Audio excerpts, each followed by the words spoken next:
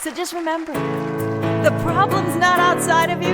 The solution's not outside of you. It's all right here.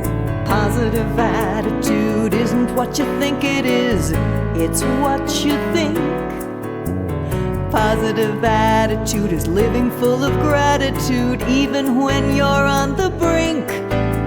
Forgiving the past, having hope for the future, getting your life in sync. I tell you, positive attitude isn't what you think it is. It's what you think.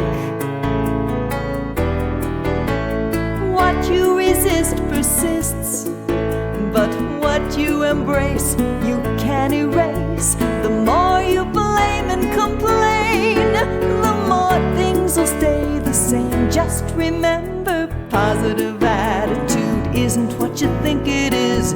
It's what you think. Positive attitude is living full of gratitude even when you're on the brink. Forgiving the past, having hope for the future, getting your life in sync. I tell you, positive attitude isn't what you think it is. It's what you think. It's what you think.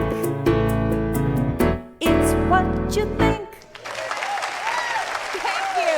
Go have a grateful day.